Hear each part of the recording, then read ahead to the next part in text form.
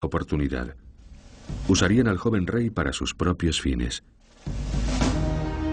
Primero, habría que cambiar su nombre. Tutankamón se convirtió en Tutankamón, la viva imagen de Amón.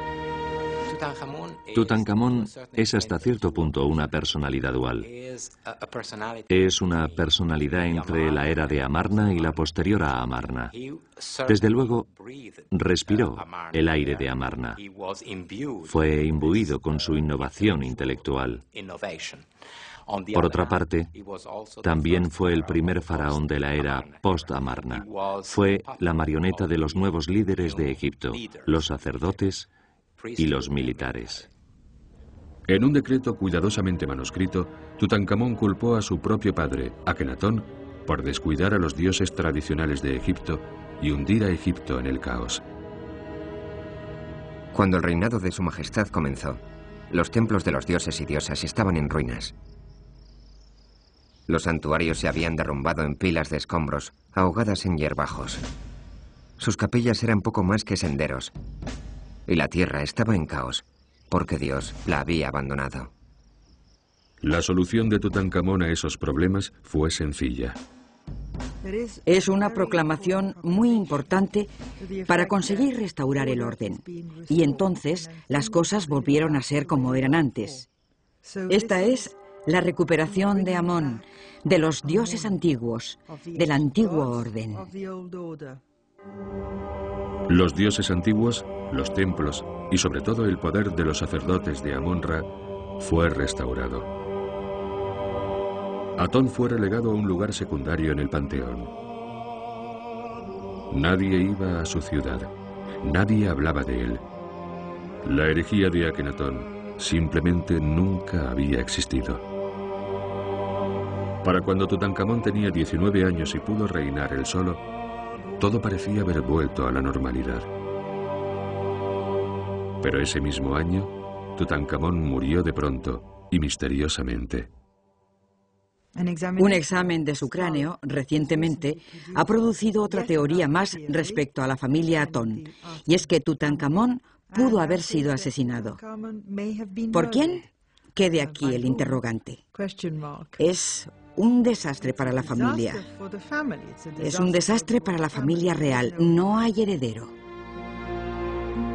Tutankamón hubiera sido solo una nota a pie de página en la historia de Egipto si no hubiera sido por la perseverancia de un arqueólogo del siglo XX llamado Howard Carter. En 1922, Carter descubrió una tumba en el Valle de los Reyes que pocos más creían que existía.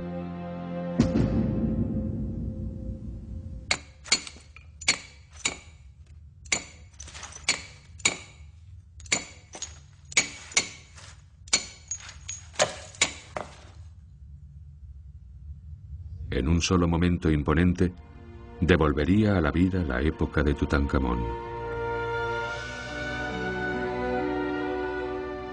El polvo por sí mismo mantenía extrañas huellas de las últimas personas en respirar un aire de 3.500 años de antigüedad.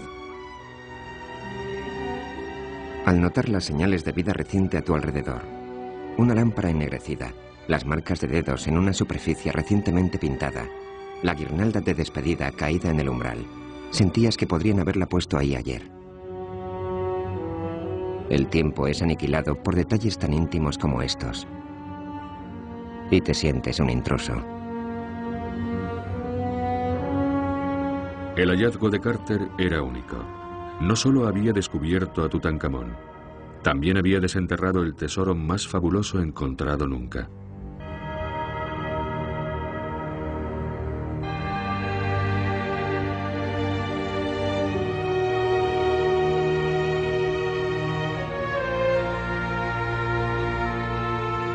$32.000 objetos y enormes cantidades de oro del imperio de Egipto fueron enterrados con el niño rey.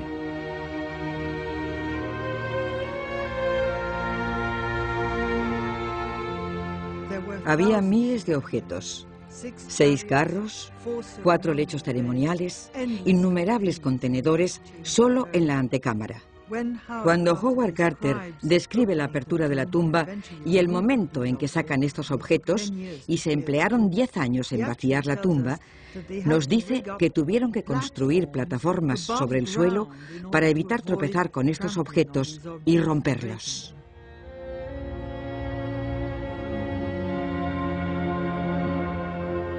A pesar de su asombroso contenido, la pequeña tumba de Tutankamón no estaba completa.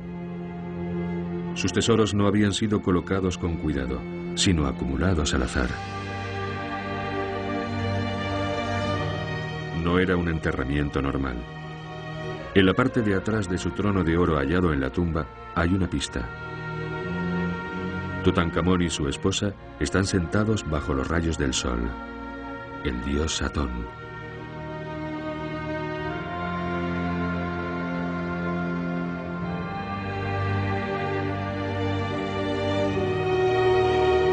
Los oficiales de Tutankamón habían aprovechado la oportunidad para precintar este recordatorio del reinado de su padre y del período que hallaban tan vergonzoso.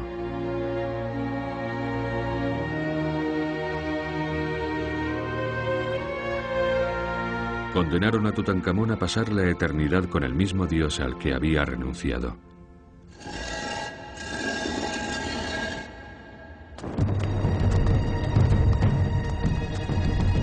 Tutankamón murió sin heredero.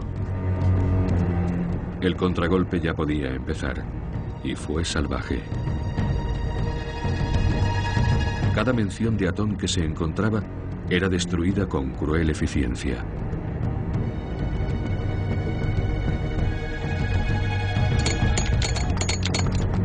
Cada referencia a Akenatón, Nefertiti y sus hijas fue demolida. A toda la familia real se la sacó de las páginas de la historia. Todo es eliminado. Y es como si Akenatón, Nefertiti y su periodo nunca hubieran existido. Akenatón no es una persona, y si alguna vez se le menciona, se refieren a él como ese hereje.